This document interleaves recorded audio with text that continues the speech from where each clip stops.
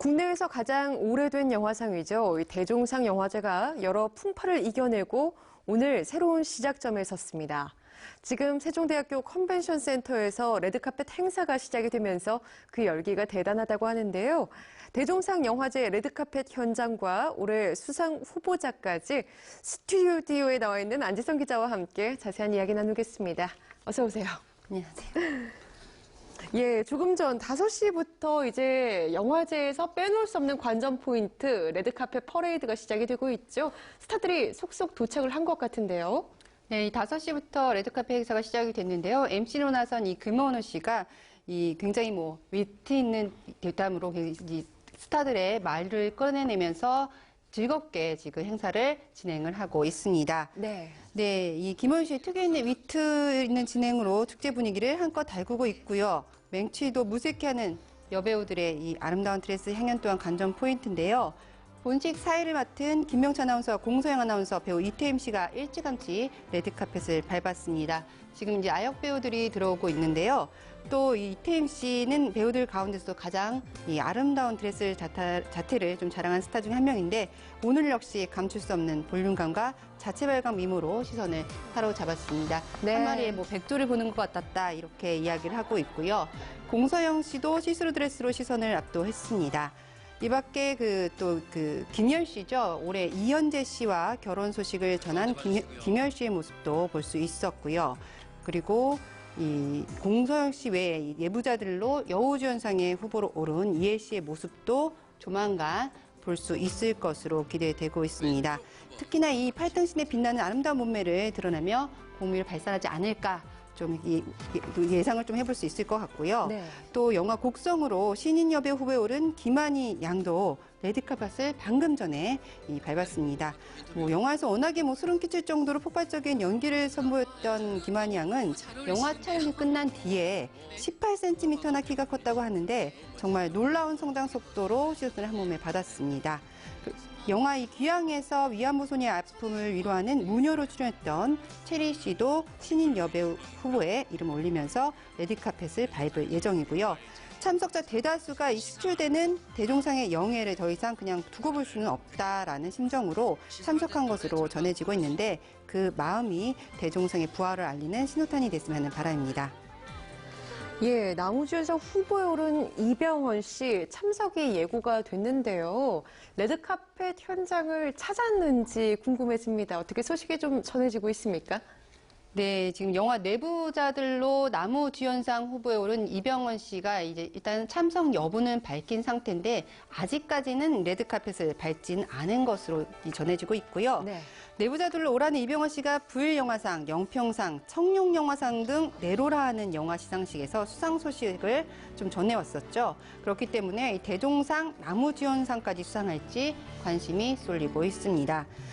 앞서 남자 배우들 중에서는 기주봉 씨가 가장 먼저 레드카펫을 밟았고요. 이 밖에 양동근 씨, 정태우 씨, 이범수 씨 등 남자 배우들이 참석할 것으로는 전해지고 있는데 아직 확실하지는 않습니다. 이 감독상과 시나리오상 후보에 오른 내부자들 우민호 감독과 신인 감독상 후보에 오른 귀향의 조정래 감독의 참여도 예상이 좀 되고 있고요. 사실 이 영화계의 꽃은 배우들이죠. 네. 위기에 몰린 대종상을 살려내는 것도 결국엔 영화를 사랑한 이들의 마음에서 시작되는 게 아닌가 싶습니다. 예, 앞서 일부에서요, 올해 이제 대종상 영화제 드레스 코드가 어떨 것인가 잠시 예상을 해보기도 했는데요. 실제 레드카펫을 밟은 스타들, 어떤 드레스를 선택한 것 같으세요? 네, 지금 시상식 시즌인데다가 워낙에 시국이 좀 어수선한 상황이어서 이 대종상 영화제에도 좀 영향을 미치지 않을까 이렇게 생각을 했었는데 역시나 이 차분한 분위기 속에서 레드카펫 행사가 진행이 되고 있습니다. 각종 시상식 레드카펫이 끝나면 가장 많이 입에 오르내리는 게 사실 일부 여배우들의 노출 드레스인데 올해 이 대종상 레드카펫 행사에서는 그런 모습의 여배우들의 모습을 쉽게 찾아볼 수 없었고요.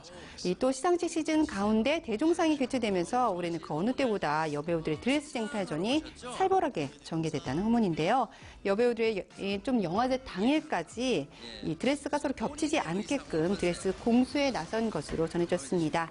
무엇보다 남녀 주연 배우 9명을 비롯해서 대부분의 후보자들이 불참을 선언하면서 사상 초유의 사태를 겪었던 지난해보다는 참석자가 많을 것으로 기대가 모아졌는데요. 그 결과는 본식이 시작되면 알 수 있을 것 같습니다. 네, 지금 레드카펫이 진행 중인 현장 화면 보고 계십니다. 역시 남자 배우들은 깔끔한 블랙 수트에 까만 보타이를 선택을 하는 것 같네요. 안타깝게도 또 좀 참석을 해서 얼굴을 봤으면 좋을 텐데 스케줄 조정이 좀 사전에 쉽지 않아서 불참 의사를 전한 스타들도 적지 않았었죠.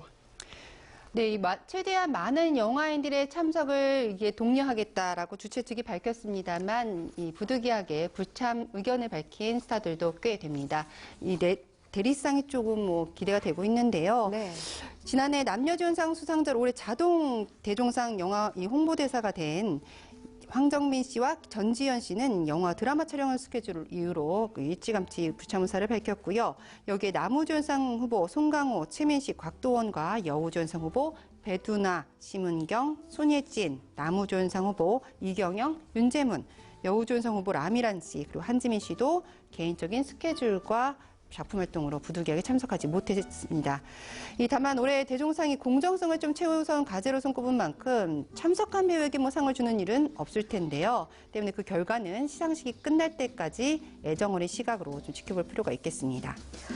예, 오늘이 27일이잖아요. 이제 2016년 올 한 해도 정말 며칠을 남겨놓지 않고 있습니다. 올 한 해 영화계를 좀 정리하는 시상식이 될 것 같은데요. 총 29편이 출품이 됐는데 제53회 대종상영화제에서 이 치열한 경쟁을 펼치게 될 작품, 어떤 작품들이 있을까요? 네, 올해 대종상 영화제 총 29편이 출품이 됐고 그중 본선에는 16편만이 올랐습니다. 네. 이 곡성과 밀정이 치열한 경쟁을 펼칠 예정인데요. 주최 측 발표에 따르면 나홍진 감독의 스릴러 영화 곡성이 최우수 작품상 등 15개 부문에 이름을 올리면서 이번 영화제 최다 후보작으로 결정이 됐고요.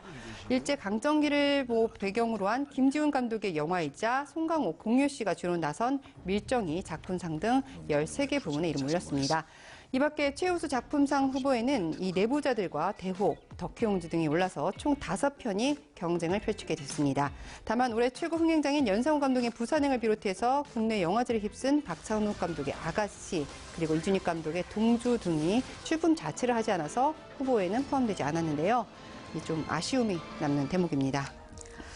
예, 올해 영화계에는요, 정말 걸출한 작품들이 많이 나왔던 한 해가 아니었나 싶습니다. 그만큼 또 뛰어난 연기를 보여준 배우들도 많았거든요. 남녀 주연상 후보 누가 올랐는지 궁금해요. 네, 올해는 정말 어떤 후보가 이 상을 받아도 납득이 될 만큼 많은 배우들의 열연이 펼쳐진 해였는데요. 이 접전이 예상되는 부분, 남우주연상을 한번 살펴보면요. 곡성의 이 곽도원 씨, 그리고 대호의 최민식 씨, 터널의 하정우 씨, 내부자들의 이병헌 씨, 밀정의 송강호 씨가 이름을 올렸습니다. 이병헌 씨가 앞서 여러 영화 시상식에서 수상을 좀 한 터라서 대종상에서 역시 유력한 수상 후보로 주목을 받고 있고요. 이 여우 주연상 후보로 터널의 배두나 씨, 개춘할망의 윤여정 씨, 두 번째 순으로 이태란 씨, 덕혜옹주의 손예진 씨, 널 기다림의 심은경 씨와 날 보러 와요의 강혜원 씨가 이름을 올렸습니다. 이 중 손예진 씨와 윤여정 씨, 배두나 씨의 3파전이 될 것으로 좀 관심이 쏠리고 있는데요. 이 손예진 씨는 올해 덕혜옹주 외에도 비밀은 없다 등의 출연작을 통해서 열일을 하는 모습을 좀 보여줬기 때문에 또 영평상과 부일영화상회 등의 영화제에서도 여우 주연상을 석권하면서 유력한 수상 후보로 지목을 받고 있습니다. 하지만 이 관록을 자랑하는 윤여정 씨 역시 좀 만만치 않은 후보인데요. 파격적인 소재로 눈길을 끈 영화죠. 죽여주는 여자로 몬트리올 판타지아 국제영화제에서 여우주연상 수상 소식이 전해졌고요. 또 올해 여성 영화인으로 선정되는 등 명실상부 사실 2016 최고의 여배우로 인정을 받고 있어서 이 개춘할망으로도 또 수상의 기쁨을 누릴 수 있을지 주목이 됩니다. 예, 벌써 반 100년을 넘긴 이 대종상 영화제의 역사를 좀 살펴보면요. 우리나라 영화계의 역사를 살펴볼 수 있다, 이런 말이 있을 정도입니다. 이 역대 수상작들, 어떤 작품들이 있었는지 살펴볼까요? 네, 이 눈썰미가 좋으신 분들은 충무역에 가보시면 그간에 이 대종상에서 수상했던 작품들의 사진이 좀 전시가 돼 있는데요. 그만큼 대종상 영화제는 우리 영화계의 역사에 큰 위상을 지닌 시상식이었습니다. 그간 1회 신상욱 감독의 연산군을 시작으로 지난해 대종상을 휩쓴 국제시장까지 당대 최고의 영화들이 수상작에 이름을 올렸는데요. 2000년 이후 이 작품을 위주로 좀 한번 살펴보면요. 박하사탕과 공동경비구역 JSA, 집으로, 살인의 추억 등 지금까지도 이 영화 팬들의 깊은 인상을 남긴 작품들이 최고상인 작품상을 좀 받았었고요. 2006년에 그 대종상 영광을 얻은 영화는 첫 천만 영화에 오른 이순익 감독의 왕의 남자가 수상을 한 바 있습니다. 이어 49회 대종상 영화제는 이병헌 씨 주연의 영화 광해가 이 최고의 작품상을 비롯해서 감독상, 나무주연상 등 15개 부문을 석권하면서 돌풍을 일으켰는데요. 그 뒤를 이어서 이 관상과 명랑 등 최고 작품상을 수상하면서 사극이 한동안 강세를 보였습니다. 지난해엔 암살과 국제시장, 베테랑 등의 경합을 벌였던 것으로 기억이 나는데요. 이 국제시장이 23개 부문 중에서 10개 부문에서 상을 탔고요.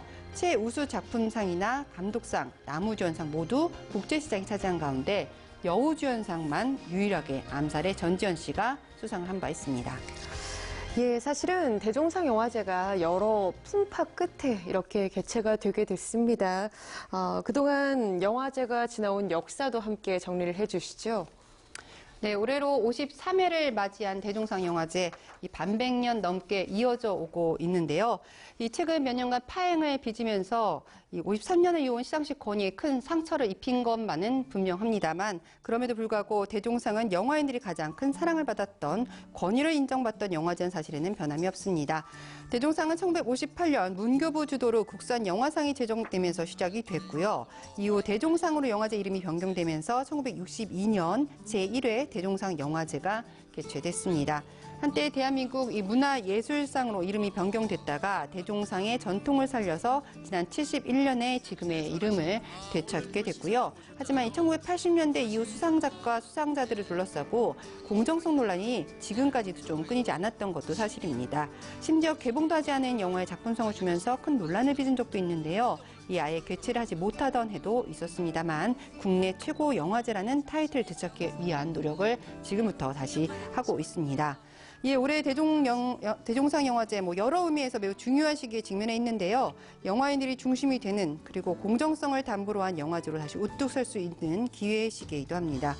이 위기를 극복하고 새로운 장을 연다면 대종상 다시금 우리 오랜 역사와 권위를 자랑하는 영화제로 자리매김할 수 있을 텐데요. 1시간 후면 좀 결정이 될 대종상 영화제 운명, 공정한 심사로 그 명성을 되찾을 수 있을지 주목됩니다. 네, 대종상 영화제는 잠시 후 6시부터 K스타에서 생중계되는데요. 채널 고정하시고요. 올 한 해를 빛낼 영화인들이 진짜 주인공이 되는 그 축제의 장이 되기를 기대를 해보겠습니다. 오늘 이야기 여기서 줄입니다. 지금까지 안지성 기자와 함께했습니다. 고맙습니다.